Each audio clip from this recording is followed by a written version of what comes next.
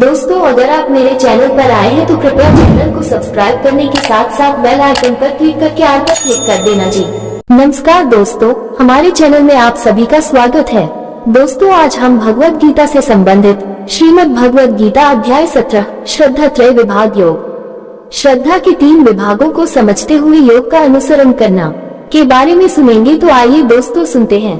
14वें अध्याय में श्री कृष्ण ने प्राकृतिक शक्ति के 3 गुणों की व्याख्या की थी और यह भी समझाया था कि किस प्रकार से ये मनुष्यों पर प्रभाव डालते हैं। इस 17वें अध्याय में श्री कृष्ण विस्तार पूर्वक गुणों के प्रभाव के संबंध में बताते हैं। सर्वप्रथम वह श्रद्धा के विषय पर चर्चा करते हैं और ये बताते हैं कि कोई ऐसा व्यक्ति नहीं है जो श्रद्धा विहीन हो, क्योंकि यह मानवीय प्रकृति का एक अविभाज्य स्वरूप है। लेकिन मन की प्रकृति के अनुसार व्यक्तियों की श्रद्धा सात्विक, राजसिक अथवा तामसिक गुणों के अनुरूप होती है। उनकी श्रद्धा की प्रकृति ही उनकी जीवन शैली का निर्धारण करती है। लोग अपनी रुचि के अनुसार ही अपने भोजन का चयन करते हैं। श्री कृष्ण भोजन को 3 श्रेणियों में वर्गीकृत करते हैं तथा प्रत्येक भोजन के हमारे स्वास्थ्य पर पड़ने वाले प्रभाव की चर्चा करते हैं। तत्पश्चात वह यज्ञ के विषय पर आते हैं और ये बताते हैं कि कैसे प्रकृति के 3 गुणों में से प्रत्येक में यज्ञ किस प्रकार विभिन्न रूप से संपन्न होता है। इस अध्याय में आगे तपस्या के विषय में बताया गया है तथा शरीर, वाणी एवं मन के तप की व्याख्या की गई है। तपस्याओं की श्रेणी में प्रत्येक तपस्या का स्वरूप सत्वगुण, रजोगुण, तमोगुण के प्रभाव के कारण भिन्न होता है। तत्पश्चात दान पर चर्चा की गई है तथा इसके 3 विभागों का वर्णन किया गया है। अंततः श्री कृष्ण 3 गुणों से भी आगे बढ़ते हैं तथा ओम तत्सत शब्दों की प्रासंगिकता तथा अर्थ के विषय पर प्रकाश डालते हैं, जो परम सत्य के विभिन्न रूपों के प्रतीक हैं। ओम शब्दांश ईश्वर के निराकार रूप की अभिव्यक्ति है। तत् शब्दांश का उच्चारण परमपिता परमात्मा को अर्पित की जाने वाली क्रियाओं तथा वैदिक रीतियों के लिए किया जाता है। सत शब्दांश का तात्पर्य सनातन भगवान तथा धर्माचरण से है। एक साथ प्रयोग करने पर ये अलौकिकता की अवधारणा की ओर ले जाते हैं। इस अध्याय का अंत इस बात पर बल देते हुए होता है कि यदि यज्ञ, तप और दान धर्म ग्रंथों के विधि निषेधों की उपेक्षा करते हुए किए जाते हैं, तब ये सभी कृत्य निरर्थक सिद्ध होते हैं। अर्जुन ने कहा, हे कृष्ण, उन लोगों की स्थिति क्या होती है जो धर्म ग्रंथों की आज्ञाओं की उपेक्षा करते हैं किंतु फिर भी श्रद्धा के साथ पूजा करते हैं? क्या उनकी श्रद्धा सत्वगुणी, रजोगुणी अथवा तमोगुणी होती है? पुरुषोत्तम भगवान ने कहा, प्रत्येक प्राणी स्वाभाविक रूप से श्रद्धा के साथ जन्म लेता है, जो सात्विक, राजसिक अथवा तामसिक 3 प्रकार की हो सकती है। अब इस संबंध में मुझसे सुनो। सभी मनुष्यों की श्रद्धा उनके मन की प्रकृति के अनुरूप होती है। सभी लोगों में श्रद्धा होती है, चाहे उनकी श्रद्धि की प्रकृति कैसी भी हो। ये वैसी होती है जो वे वास्तव में है।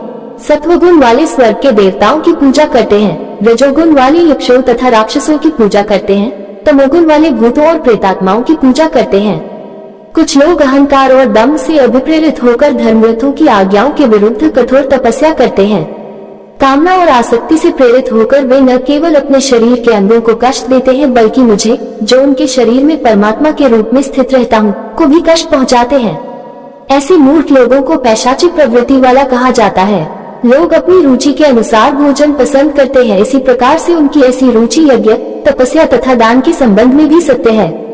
अब मुझसे इनके भेदों के संबंध में सुनो।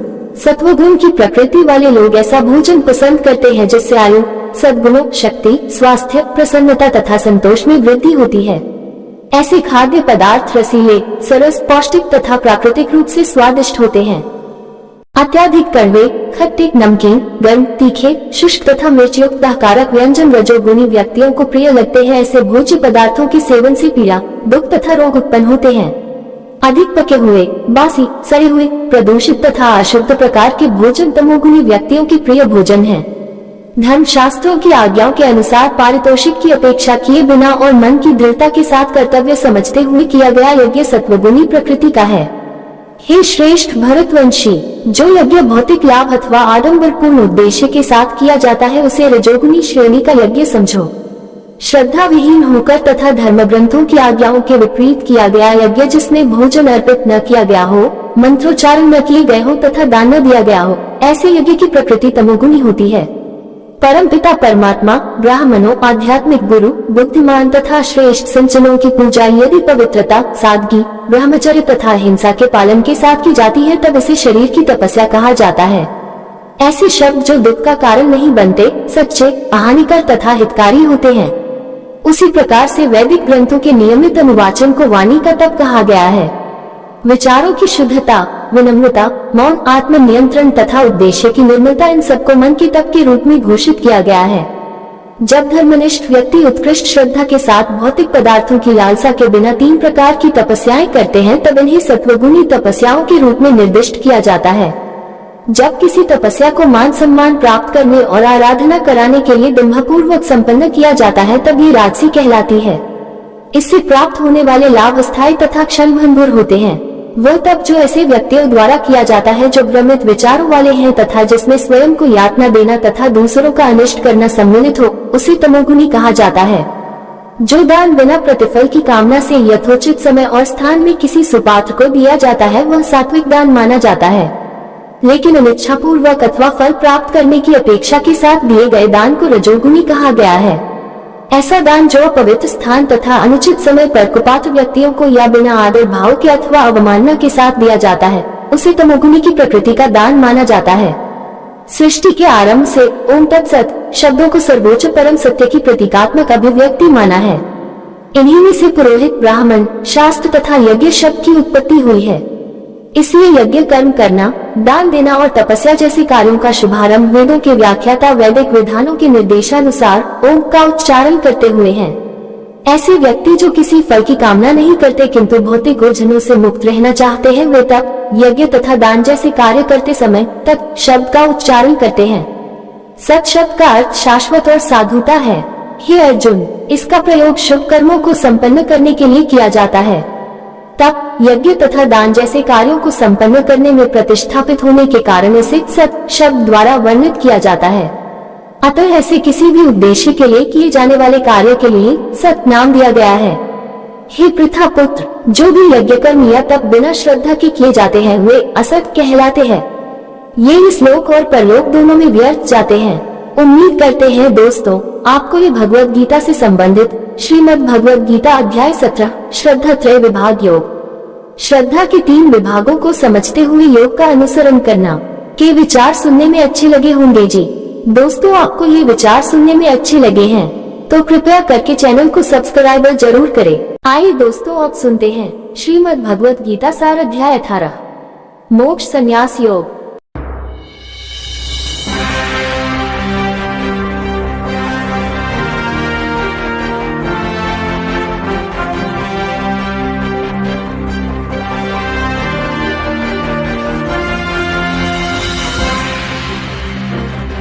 दोस्तों, अगर आप मेरे चैनल पर आए हैं तो कृपया चैनल को सब्सक्राइब करने के साथ साथ बेल आइकन पर क्लिक करके ऑल पर क्लिक कर देना जी।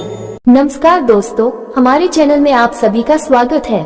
दोस्तों, आज हम भगवत गीता से संबंधित श्रीमद् भगवत गीता अध्याय 18 मोक्ष संन्यास योग, संन्यास में पूर्णता और शरणागति के माध्यम से योग के बारे में सुनेंगे। तो आइए दोस्तों सुनते हैं। भगवत गीता का अंतिम अध्याय सबसे बड़ा है और इसमें कई विषयों को सम्मिलित किया गया है। अर्जुन संस्कृत में प्रायः प्रयुक्त होने वाले 2 शब्दों संन्यास और त्याग के संबंध में प्रश्न पूछने के साथ संन्यास के विषय पर चर्चा प्रारंभ करता है। दोनों शब्द एक ही मूल धातु के हैं, जिसका अर्थ परित्याग करना है। सन्यासी वह है जो गृहस्थ जीवन में भाग नहीं लेता और समाज को त्याग कर साधना का अभ्यास करता है। त्यागी वह है जो कर्म में संलग्न रहता है लेकिन कर्म फल का भोग करने की इच्छा का त्याग करता है। यही गीता की वाणी का मुख्य अभिप्राय है। श्री कृष्ण दूसरे प्रकार के त्याग की संतुति करते हैं। वे परामर्श देते हैं कि यज्ञ, दान, तपस्या और कर्तव्य पालन संबंधी कार्यों का कभी त्याग नहीं करना चाहिए, क्योंकि ये ज्ञानी को भी शुद्ध करते हैं।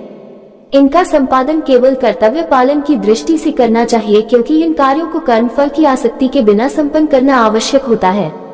तत्पश्चात श्री कृष्ण 3 कारकों के विस्तृत गहन विश्लेषण की ओर आते हैं, जो कर्म के 3 संघटक और कर्म फल में योगदान करने वाले 5 कारकों को प्रेरित करते हैं। वे इनमें से प्रत्येक की 3 गुणों के अंतर्गत विवेचना करते हैं। वे कहते हैं कि जो अल्पज्ञानी है वे स्वयं को अपने कार्यों का कारण मानते हैं, लेकिन विशुद्ध बुद्धि युक्त प्रबुद्ध आत्माएं न तो स्वयं को अपने कार्यों का कर्ता और न ही भोक्ता मानती हैं। अपने कर्मों के फलों से सदैव विरक्त रहने के कारण वे कार्मिक प्रतिक्रियाओं के बंधन में नहीं पड़ते।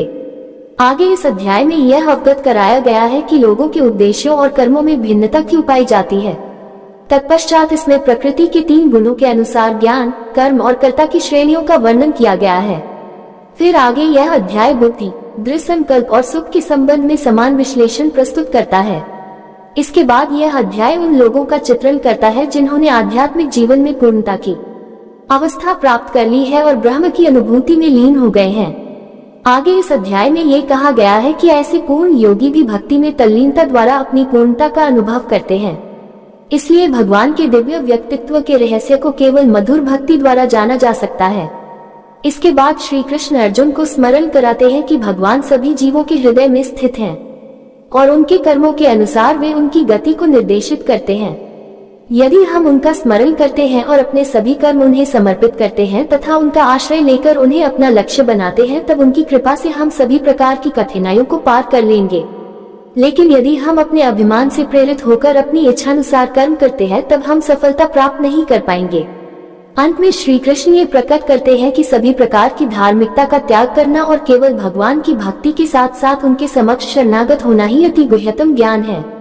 तथापि यह ज्ञान उन्हें नहीं प्रदान करना चाहिए जो आडंबरहीन और भक्त नहीं है, क्योंकि वे इसकी अनुचित व्याख्या करेंगे और इसका दुरुपयोग कर अनुत्तरदायिता से कर्मों का त्याग करेंगे। यदि हम ये गुह्य ज्ञान पात्र जीवात्मा को प्रदान करते हैं, तब यह अति प्रेमायुक्त बन जाता है और भगवान को अति प्रसन्न करता है। इसके बाद अर्जुन भगवान को सूचित करता है कि उसका मोह नष्ट हो गया है और वह उनकी आज्ञाओं का पालन करने के लिए तत्पर है। अंत में संजय, जो नेत्रहीन राजा धृतराष्ट्र को युद्ध भूमि पर भगवान श्री कृष्ण और अर्जुन के बीच हो रहे संवादों को सुना रहा था, व्यक्त करता है कि वह इन संवादों को सुनकर इतना स्तंभित और आश्चर्यचकित है कि जैसे ही वह भगवान के पवित्र संवादों और भगवान के अति विशाल विश्व रूप का स्मरण करता है, तब उसके शरीर के रोंगटे खड़े हो जाते हैं। गहन कथन के साथ भगवद गीता का समापन करते हुए वह कहता है कि विजय सदैव वही होती है जहां भगवान और उसके भक्त होते हैं, और इस प्रकार से अच्छाई, प्रभुता और समृद्धि भी वही होगी, क्योंकि परम सत्य का प्रकाश सदैव असत्य के अंधकार को परास्त कर देता है। अर्जुन ने कहा, हे महाबाहु, मैं संन्यास और त्याग की प्रकृति के संबंध में जानना चाहता हूँ। हे केशनिशूदन, हे ऋषिकेश, मैं दोनों के बीच का भेद जानने का भी इच्छुक हूँ। परम भगवान ने कहा, कामना से अभिप्रेरित कर्मों के परित्याग को विद्वान लोग संन्यास कहते हैं और सभी कर्मों के फलों के त्याग को बुद्धिमान लोग त्याग कहते हैं।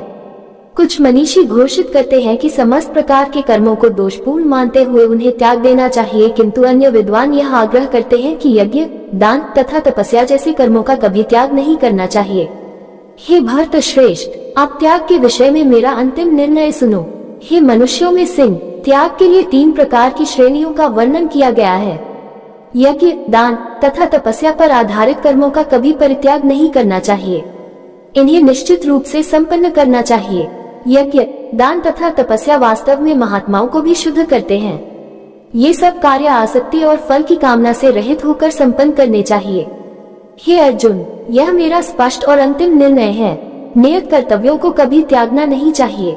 मोहवश होकर निश्चित कार्यों के त्याग को तमोगुणी कहा जाता है। नियत कर्तव्यों को कष्टप्रद और शरीर को व्यथा देने का कारण समझकर किया गया त्याग रजोगुणी कहलाता है। ऐसा त्याग कभी लाभदायक और उन्नत करने वाला नहीं होता। जब कोई कर्मों का निष्पादन कर्तव्य समझकर और फल की आसक्ति से रहित होकर करता है, तब उसका त्याग सत्वगुणी कहलाता है। वे जो न तो अप्रिय कर्म को टालते हैं और न ही कर्म को प्रिय जानकर उसमें लिप्त होते हैं, ऐसे मनुष्य वास्तव में त्यागी होते हैं। वे सात्विक गुणों से संपन्न होते हैं और कर्म की प्रकृति के संबंध में उनमें कोई संशय नहीं होता। देहधारी जीवों के लिए पूर्ण रूप से कर्मों का परित्याग करना असंभव है, लेकिन जो कर्मफलों का परित्याग करते हैं वे वास्तव में त्यागी कहलाते हैं। जो निजी पारितोषिक के प्रति आसक्त होते हैं, उन्हें मृत्यु के पश्चात भी सुखद, दुखद और मिश्रित 3 प्रकार के कर्मफल प्राप्त होते हैं, लेकिन जो अपने कर्मफलों का त्याग करते हैं उन्हें न तो इस लोक में और न ही मरणोपरांत ऐसे कर्मफल भोगने पड़ते हैं। हे अर्जुन, अब मुझसे सांख्य दर्शन के सिद्धांत में उल्लिखित समस्त कर्मों को संपूर्ण करने हेतु 5 कारकों को समझो, जो ये बोध कराते हैं कि कर्मों की प्रतिक्रियाओं को कैसे रोका जाए। शरीर, कर्ता, विभिन्न इंद्रियां, अनेक प्रकार की चेष्टाएं और विधि का विधान, अर्थात भगवान, ये 5 कर्म के कारक हैं। शरीर, मन या वाणी से जो भी कार्य संपन्न किया जाता है, भले ही वह उचित हो या अनुचित, उसके ये 5 सहायक कारक हैं। वे जो इसे नहीं समझते और केवल आत्मा को ही कर्ता मानते हैं, अपनी दूषित बुद्धि के कारण वे वस्तुओं को उनके वास्तविक रूप में नहीं देख सकते।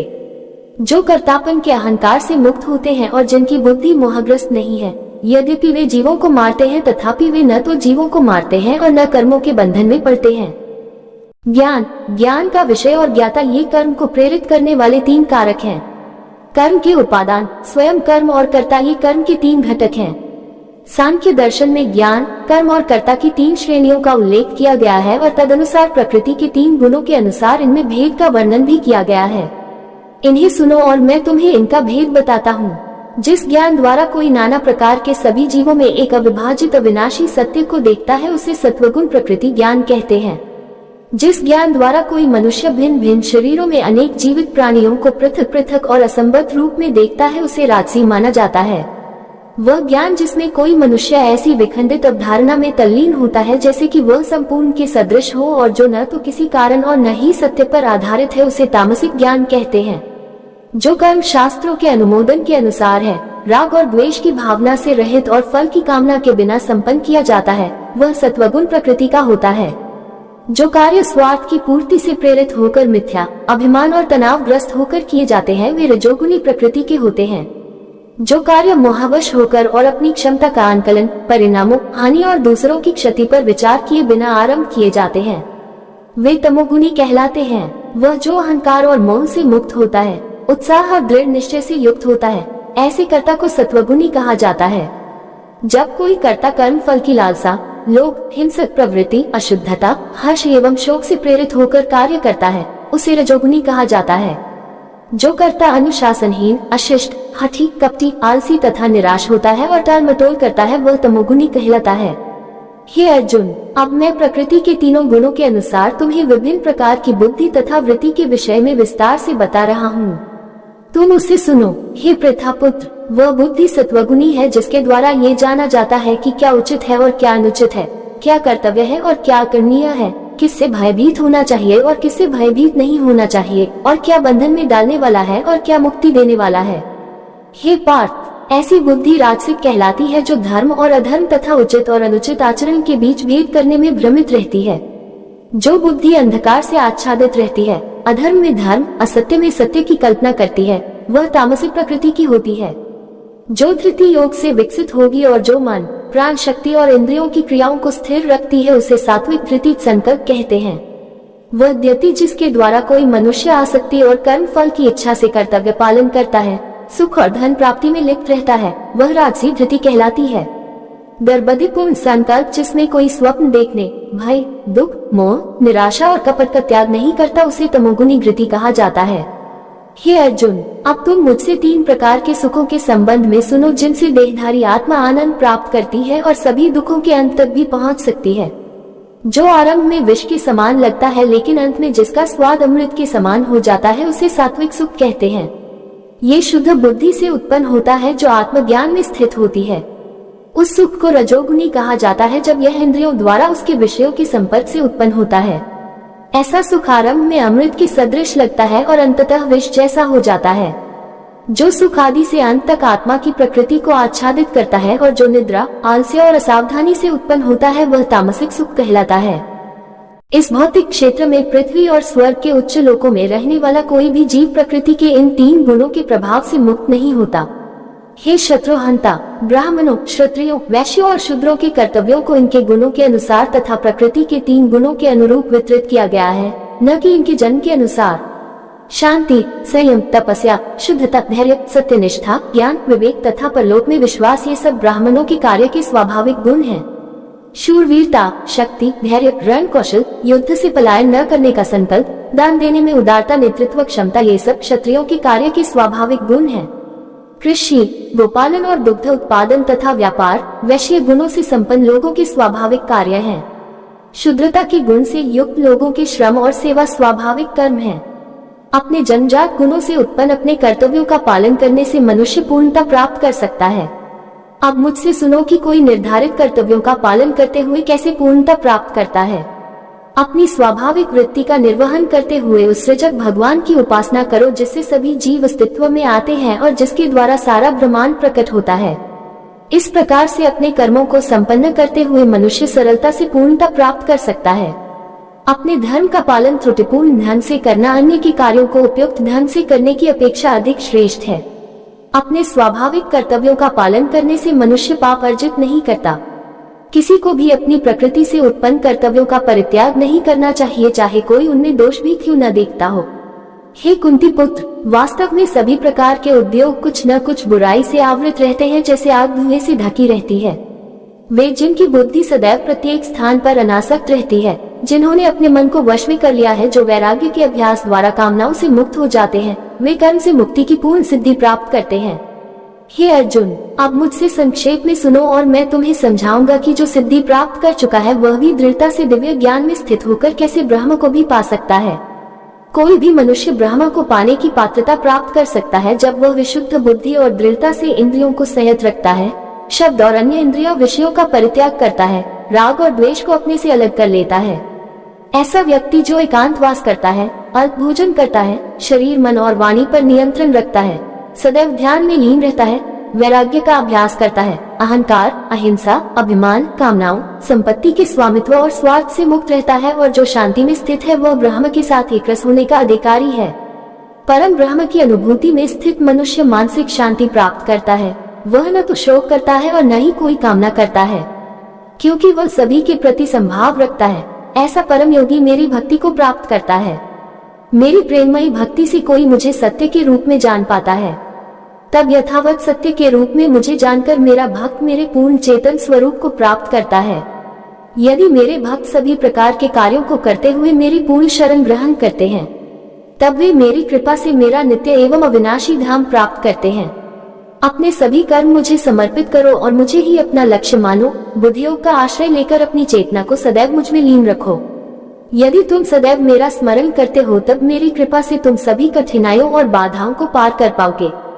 यदि तुम अभिमान के कारण मेरे उपदेश को नहीं सुनोगे तब तुम्हारा विनाश हो जाएगा। यदि तुम अहंकार से प्रेरित होकर सोचते हो कि मैं युद्ध नहीं लड़ूंगा, तुम्हारा निर्णय निरर्थक हो जाएगा। तुम्हारा स्वाभाविक क्षत्रिय धर्म तुम्हें युद्ध लड़ने के लिए विवश करेगा। हे अर्जुन, मोहवश जिस कर्म को तुम नहीं करना चाहते उसे तुम अपनी प्राकृतिक शक्ति से उत्पन्न प्रवृत्ति से बाध्य होकर करोगे। हे अर्जुन, परमात्मा सभी जीवों के हृदय में निवास करता है। उनके कर्मों के अनुसार वह भटकती आत्माओं को निर्देशित करता है जो भौतिक शक्ति से निर्मित यंत्र पर सवार होती है। हे भारत, अपने पूर्ण अस्तित्व के साथ पूर्ण रूप से केवल उसकी शरण ग्रहण करो। उसकी कृपा से तुम पूर्ण शांति और उसके नित्य धाम को प्राप्त करोगे। इस प्रकार से मैंने तुम्हें ये ज्ञान समझाया जो सभी गुह्य से गुह्यतर है। इस पर गहनता के साथ विचार करो और फिर तुम जो चाहो वैसा करो। पुनः मेरा परम उपदेश सुनो जो सबसे श्रेष्ठ गुह्य ज्ञान है। मैं इसे तुम्हारे लाभ के लिए प्रकट कर रहा हूँ क्योंकि तुम मेरे प्रिय मित्र हो। सदा मेरा चिंतन करो, मेरे भक्त बनो, मेरी आराधना करो, मुझे प्रणाम करो। ऐसा करके तुम निश्चित रूप से मेरे पास आओगे। मैं तुम्हें ऐसा वचन देता हूँ क्योंकि तुम मेरे अतिशय मित्र हो। सभी प्रकार के धर्मों का परित्याग करो और केवल मेरी शरण ग्रहण करो। मैं तुम्हें समस्त पाप कर्मों की प्रतिक्रियाओं से मुक्त कर दूंगा, डरो मत। यह उपदेश उन्हें कभी नहीं सुनाना चाहिए जो न तो संयमी है और न ही उन्हें जो भक्त नहीं है। इसे उन्हें भी नहीं सुनाना चाहिए जो आध्यात्मिक विषयों को सुनने के इच्छुक नहीं है और विशेष रूप से उन्हें भी नहीं सुनाना चाहिए जो मेरे प्रति द्वेष रखते हैं। वे जो इस अति गुह्य ज्ञान को मेरे भक्तों को सिखाते हैं वे अति प्रिय कार्य करते हैं। वे निसंदेह मेरे धाम में आएंगे। उनकी अपेक्षा कोई भी मनुष्य उनसे अधिक मेरी प्रेम पूर्वक सेवा नहीं करता और इस पृथ्वी पर मुझे उनसे प्रिय न तो कोई है और न ही होगा। और मैं ये घोषणा करता हूँ कि जो हमारे पवित्र संवाद का अध्ययन करते हैं वे ज्ञान के समर्पण द्वारा अपनी बुद्धि के साथ मेरी पूजा करेंगे, ऐसा मेरा मत है। वे जो श्रद्धायुक्त तथा द्वेष रहित होकर केवल इस ज्ञान को सुनते हैं वे पापों से मुक्त हो जाते हैं और मेरे पवित्र लोकों को पाते हैं जहाँ पुण्य आत्माएं निवास करती हैं। हे पार्थ, क्या तुमने एकाग्रचित होकर मुझे सुना? हे धनंजय, क्या तुम्हारा अज्ञान और मोह नष्ट हुआ? अर्जुन ने कहा, हे अच्युत, आपकी कृपा से मेरा मोह नष्ट हो गया है। अब मैं ज्ञान में स्थित हूँ, मैं संशय से मुक्त हूँ और मैं आपकी आज्ञाओं के अनुसार कर्म करूँगा। संजय ने कहा, इस प्रकार से मैंने वासुदेव पुत्र श्री कृष्ण और उदारचित पृथा पुत्र अर्जुन के बीच अद्भुत संवाद सुना। यह इतना रोमांचकारी संदेश है कि इससे मेरे शरीर के रोंगटे खड़े हो गए हैं। वेद व्यास की कृपा से मैंने इस परम गुह्य योग को साक्षात योगेश्वर श्री कृष्ण से सुना। हे राजन, जब जब मैं परमेश्वर श्री कृष्ण और अर्जुन के बीच हुए इस चकित कर देने वाले अद्भुत संवाद का स्मरण करता हूँ तब तब मैं पुनः पुनः हर्षित होता हूँ। भगवान श्री कृष्ण के अति विस्मयकारी विश्व रूप का स्मरण कर मैं अति चकित और बार बार हर्ष से रोमांचित हो रहा हूँ। जहाँ योग के स्वामी श्री कृष्ण और श्रेष्ठ धनुर्धर अर्जुन है, वहाँ निश्चित रूप से अनंत ऐश्वर्य, विजय, समृद्धि और नीति होती है, ऐसा मेरा निश्चित मत है। उम्मीद करते हैं दोस्तों आपको ये भगवत गीता से संबंधित श्रीमद् भगवत गीता अध्याय 18 मोक्ष संन्यास योग, संन्यास में पूर्णता और शरणागति के माध्यम से योग के विचार सुनने में अच्छे लगे होंगे जी। दोस्तों आपको ये विचार सुनने में अच्छे लगे हैं तो कृपया करके चैनल को सब्सक्राइब जरूर करें। इसी के साथ विदा लेते हैं दोस्तों, कल फिर भगवत गीता का इससे अगला भाग लेकर हाजिर होंगे। तब तक सभी दोस्तों को जय श्री कृष्ण जी।